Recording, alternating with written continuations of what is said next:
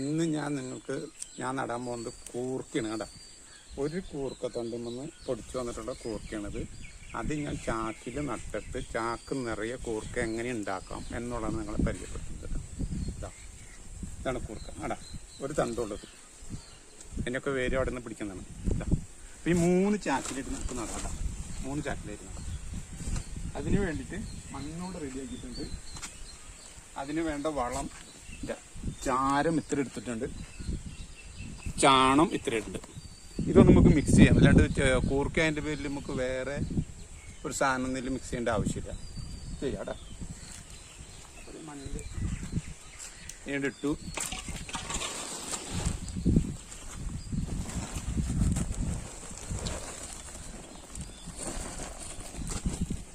ചാരം ഞാൻ കിട്ടില്ലേ.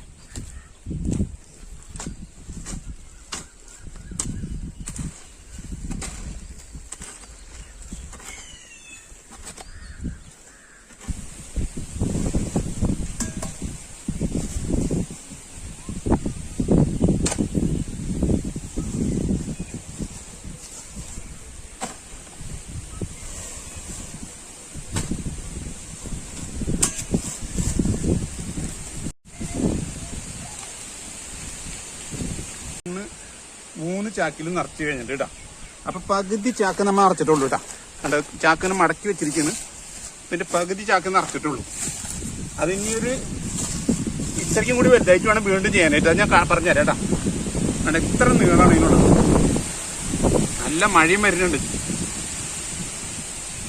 ഇതാ ഇങ്ങനെ ഒരു തണ്ടെടുത്ത് കണ്ടാ, ഈ ഒരു തണ്ടെടുത്തു. അതിവിടെ വെച്ച് നമ്മളിവിടെ മുറിച്ചിട്ട് ഒരു 3-4 എണ്ണം വെച്ചിട്ട് പൊടിക്കുക.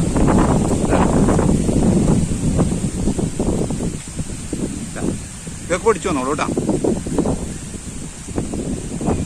ചാക്ക് നിറയെ കുടിക്കുന്നതുകൊണ്ട് നമ്മ അറിയില്ല.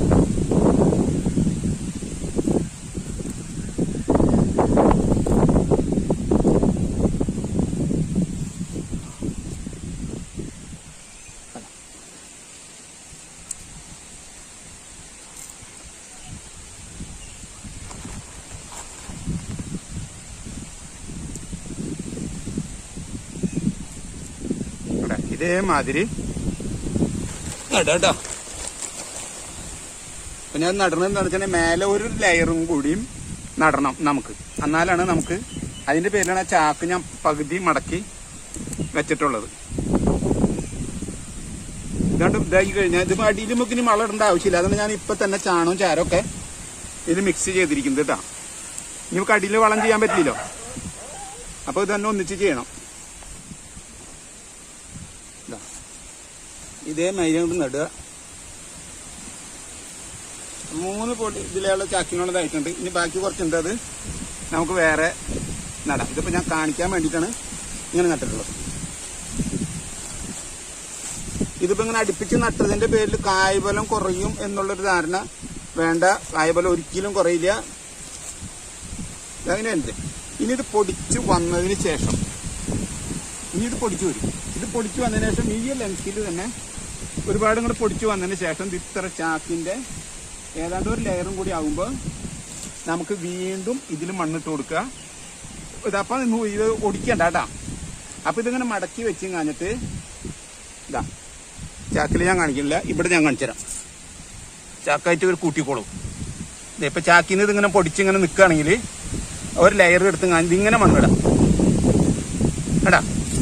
അപ്പൊ അടിയിലത്തെ വേരും പോവില്ല, അതിങ്ങനെ തന്നെ നിൽക്കും കേട്ടാ. അപ്പൊ അതേമാതിരി ഇത് പൊടിച്ച് വലുതായതിനു ശേഷം ഒരു ലെയർ മണ്ണിട്ടിട്ട് ചാക്ക് ഒന്നും കൂടി നിർത്താം. അപ്പോഴും ഇതേമാതിരിയുള്ള വളങ്ങൾ ഇതിൽ കൊടുക്കുക. പിന്നെ വേറെ ഒന്നും ചെയ്യാനില്ല. വേനൽക്കാലാണെങ്കിൽ മാത്രം കുറച്ച് നനച്ചു കൊടുക്കുക. അത് കഴിഞ്ഞ് പിന്നെ നമുക്ക് വേറെ ഒന്നും ഈ കൂർക്കായതിന്റെ പേരിൽ വേറെ വളങ്ങളൊന്നും ചെയ്യേണ്ട ആവശ്യമില്ല. കേടുകളും വരില്ല. സുഖസുന്ദരമായിട്ട് കായ്ഫലം ഉണ്ടാവും. നിങ്ങളൊന്ന് ട്രൈ ചെയ്ത് നോക്കും. അടിപൊളിയായിട്ടുണ്ട് അവിടെ. അപ്പോൾ നട്ട് കഴിഞ്ഞിട്ടുണ്ട്. ഏത് നട്ടാലും നമുക്ക് വേനൽപ്പകലാകുമ്പോൾ കുറച്ച് വെള്ളത്തിന്റെ ആവശ്യം വരില്ലോ, എന്നാലും ഉഷാറാവുള്ളൂ. നനച്ചു കൊടുക്കുക.